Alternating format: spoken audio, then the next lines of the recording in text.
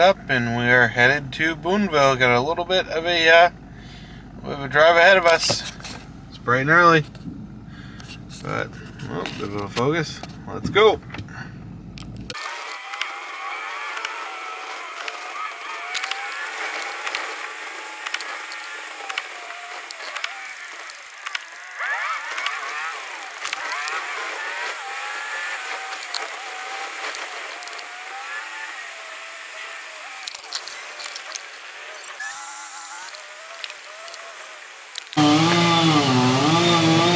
The Hudson wrapper. This is nice. This handle. It spins. So it is a little bit slower than. Takes a few extra rotations, so the gearing is a little bit different. There's the Hudson Forest Products wrapper.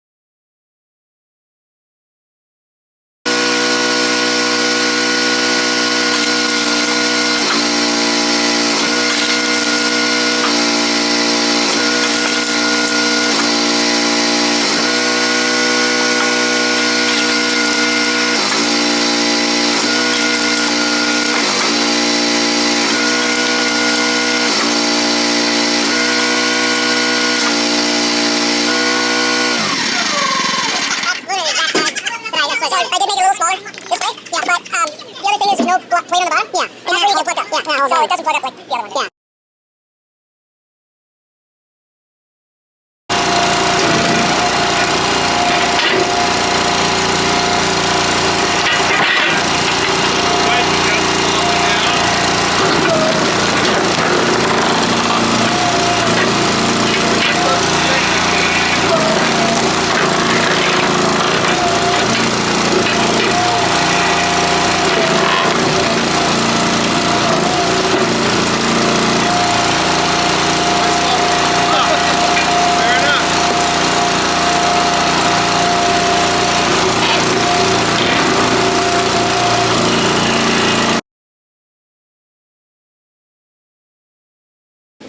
Yeah.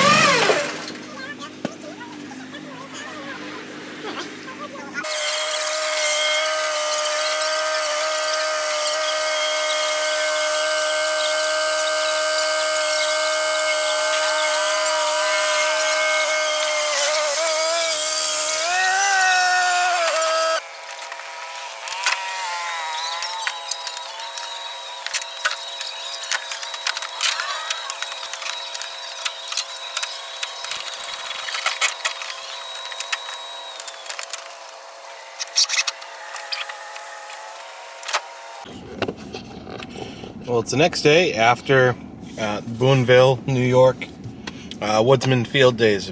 Got back home. It was a very, very long day. Left and leaving around like 3:30 in the morning to get there. It was a 4.5 hour drive or so. Walked around for a while. As you saw, obviously met with the guys at Court King. And kind of turned and burned. Walked around for a few hours, saw a few booths, see a little bit of the footage there. Didn't get a whole lot but did talk to a few of the other companies around. I got another goodie that I have that you'll see at the end of the video. I got another little goodie from another manufacturer that everyone knows and loves. But I'm back at the woodyard today. It's Monday now. The rain seemed to have followed me all the way home. The entire drive home nearly the entire drive was torrential downpours. So pretty much the rain followed me all the way home, and it's here to stay today. It looks like we have a 100% chance of rain majority of the day, but work still has to be done. We have a delivery of 1/3 cord of campfire wood this morning. They just want it dumped in their driveway, so what we're going to do is we're going to load up a bin of campfire wood, or get a bin loaded up on the truck of campfire wood and just tip it out, as those ones are light enough and easy enough to tip out. I don't have to take a trailer or anything else like that. So let's go ahead and let's get the Kindling King unloaded. My actual Kindling King now, not the production or the prototype model. This is a full production. A lot of changes happened on it. I have a few wedges for it now too, and I think you'll like to see exactly the type of kindling that it makes. I worked with Dave and the team over there to get the wedge to be exactly what I wanted it. They were awesome to work with, and I paid 100% full, minus I didn't pay freight, obviously, because I picked it up at the show that they're bringing to anyway, and I think they took off like $295 as a first-time customer. That was it. On that, I paid full rate, bought the second wedge to go with it. This was not sponsored by any way, shape, or form, anything like that. They didn't do me any favors. Was just a business transaction, just like any of you guys would go and buy a piece of equipment from them. They are factory direct, so you don't have to pay the dealer markup and stuff like that. Something I learned, that if you buy processors from them, you buy anything really from them besides I think the Kindling King, and who knows, maybe they'll even do it for that. But if you buy any of their equipment, if you're within driving range, they'll meet you right over the border in the US, so you can pick it up, hook it up to your truck trailer, load it up, whatever you want to do, and be on your way. So they're going to do that for no charge. And if you talk to Dave, he'll maybe even throw in a steak dinner. Who knows? But let's get going. It's about 8 o'clock in the morning. Got a little bit late start because it was a very, very long day of driving yesterday. Over, I'd say, probably close to 700 miles of driving. But let's get to it.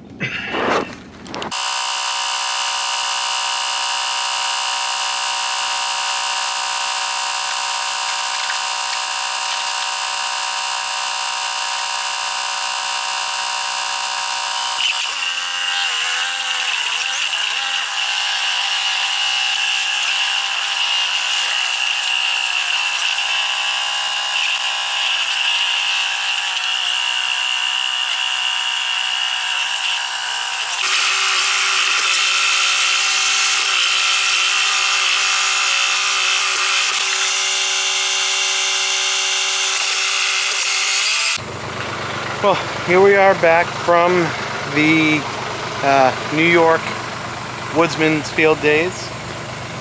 Obviously, we went there to bring back the Kindling King and the prototype, and pick up the one that I ordered. Here it is. Here is the good look at the production model of the Kindling King. A lot of changes actually from the prototype. First off, biggest thing in my opinion is for moving the machine around at least, is how much wider it is. So you can see it's significantly wider. The tires are on the outside. There, it makes it a lot more stable. They did change up a lot of this design here. Raised the control up here. Raised that. It's no longer detented. Put in these slide guides here, so there's no slop anymore in this control. Added this truck to go by. Changed up my wedge design here, so there's no more bottom plate, so it doesn't get hung up as much. And there are now 8 basically knives there to make, or 7 knives to make 8 different pieces of kindling coming out. I do have a second wedge for this as well. This is the kindling wedge. I have the other, which will make 1/2 inch by 1 inch or 1 inch by 1 inch pieces, depending on what size I'm feeding through it. And then I have a second wedge that will make 3 by 3. It'll make 3 by 3 bundle wood, or pizza wood, mini firewood, whatever you want to call it. It'll make all different sizes. And the biggest thing, the biggest change at least from the other one to this one, is that this is the 18-inch stroke model, which takes 16-inch firewood. So I can go back to making my 16-inch kindling from the regular wood that I do already split off of my processor, all 16 inches or so. You can take out this return wedge, the auto return too. Take this off if you want to run the other, they have a 4-way wedge for it, or if you just want to run just the 4-way wedge, you don't need the return if you're just running regular, firewood through. So if this is your only splitter, a guy just starting out doesn't need to get an engine, doesn't need to get, a powered splitter. This thing has the different wedges to be able to do so at a pretty low price point. I mean, all in, I paid $41.65 for this with the additional wedge to do the pizza wood, bundle wood, pizza wood too.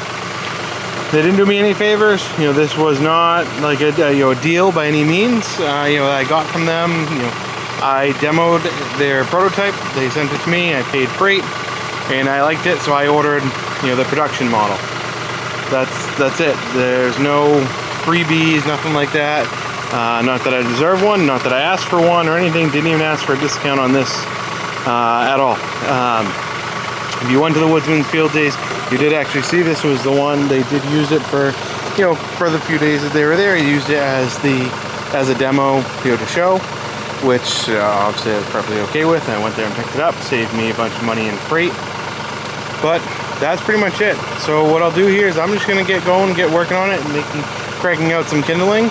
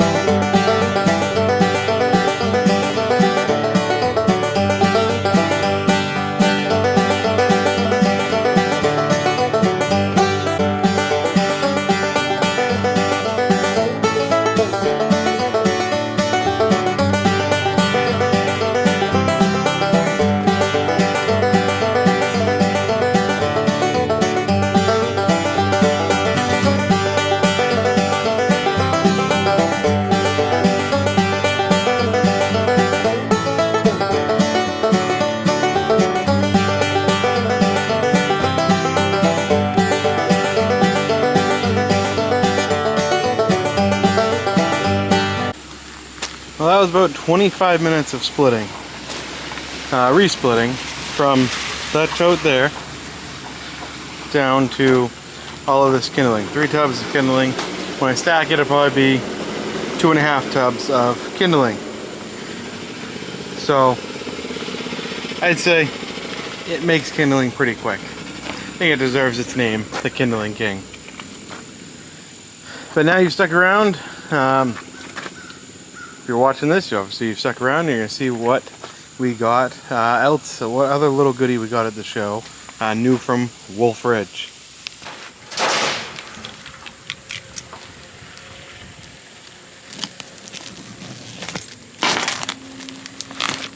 This is straight, brand new from Wolfe Ridge at the New York State Woodsmen Field Days show. Probably not what you're expecting by saying brand new from Wolfe Ridge, but it's a 30-inch fire ring. I've always been wanting to get a fire pit ring for a while, a smokeless fire pit, so I figured why not get the big, bad Wolfe Ridge fire pit ring from the show while I was there. They were the booth right next to, well, technically 2 booths over, I guess, from Cord King, but they're right in the same line as Cord King and Blockbuster. That's everything that's in the package. There we go. Brand new from Wolfe Ridge. The stainless steel smokeless fire pit, 30-inch. Let's go ahead and get it assembled.